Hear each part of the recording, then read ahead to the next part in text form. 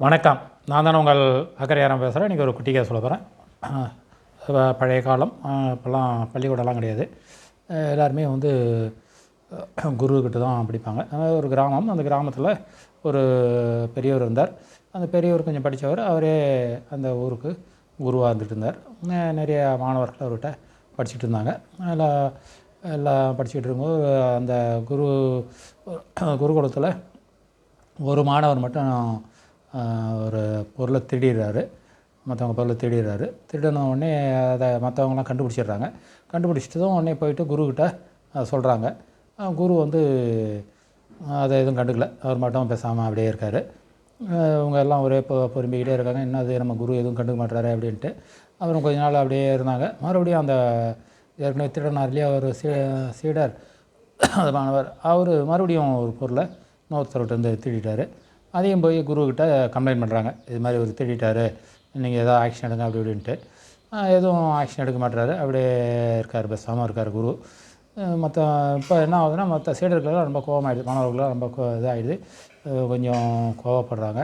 இது என்னது, குரு எதுவுமே கேட்க மாட்டாரு அப்படின்ட்டு எல்லாம் கூட ஒரு மீட்டிங் மாதிரி போடுறாங்க. போட்டு சரி, குருவுக்கு நம்ம வந்து நம்மளுடைய எதிர்ப்பை தெரிவிக்கணும் அப்படின்னு நினச்சிக்கிட்டு ஒரு லெட்டர் எடுத்து எழுதுகிறாங்க. எழுதி அந்த லெட்டரில் இது மாதிரி நீங்கள் வந்து அந்த சீடர் வந்து திருடுற அவர் நீங்கள் கேட்கவே மாட்டீங்க. நாங்கள் நல்லா இருக்கிறோம், எங்களுக்கு அவரோட இருக்கிறது பிடிக்கல. நீங்கள் ஒன்று அவரை வெளியில் அனுப்புங்க, இந்த குருகுலத்தை விட்டு வெளியில் அனுப்புங்க, இல்லை நாங்கள் எல்லாம் வெளியில் போயிடுறோம் அப்படின்னு சொல்லிவிட்டு எல்லாம் ஒட்டு மொத்தமாக இது பண்ணி கையெழுத்தை போட்டு குருக்கிட்ட கொடுப்பாங்க. குரு பொறுமையாக படிப்பார். படித்து பார்க்குறாரு. படித்து பார்த்து விஷயத்தை புரிஞ்சுக்கிட்டு சிரிக்கிறார்.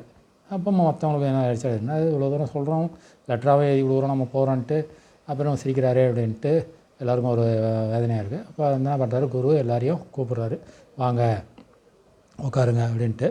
அதாவது கடிதம் கொடுத்தவங்ககிட்ட மட்டும் அந்த இவர் வந்து திருடன் அவர் அப்படி தனியாக இருக்கார். இவர் மட்டும் கூப்பிட்றாங்க. கூப்பிட்டு உங்களுக்கு நான் அவர் பேரில் ஆக்ஷன் எடுக்கலான்ட்டு வருத்தம், அது புரியுது. இப்போ நீங்கள் உங்களுக்கு எல்லாம் தெரியுது, எது நல்லது எது கெட்டதுன்னு. திருடுறது கெட்டதுன்னு உங்களுக்கு தெரியுது. அவர் வந்து திருடுறது கெட்டதுன்னு அவருக்கு தெரியல.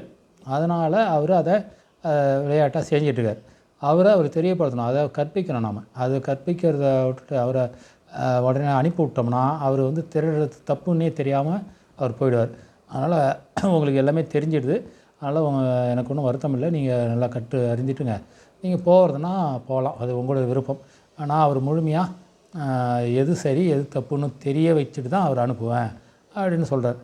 அப்போ அதுதான் எல்லாமே ஆச்சரியப்படுறாங்க. பரவாயில்ல, குரு வந்து சரியாக தான் செஞ்சுருக்காரு, நாம் தான் அவரை தப்பாக புரிஞ்சுக்கிட்டோம் அப்படின்ட்டு. அப்போ அப்புறம் அந்த குரு அதை அந்த மாணவரை திருடினார் இல்லையா, ஒருத்தருக்கு சீடர், அவர் கேட்டுகிட்டே இருக்கார். உடனே அவர் நம்ம சொன்னது தப்புன்னு திருந்தி மன்னிப்பு கேட்டு அந்த திருடன பொருளை அவர்கிட்ட கொடுத்துட்டு 2 பொருளையும் கொடுத்துட்டு இனிமேல் அந்த தப்பு செய்ய மாட்டேன்ட்டு மன்னிப்பு கேட்குறார். அப்போ மறுபடியும் குருகுலத்தில் பல போதனைகள் நடக்குது.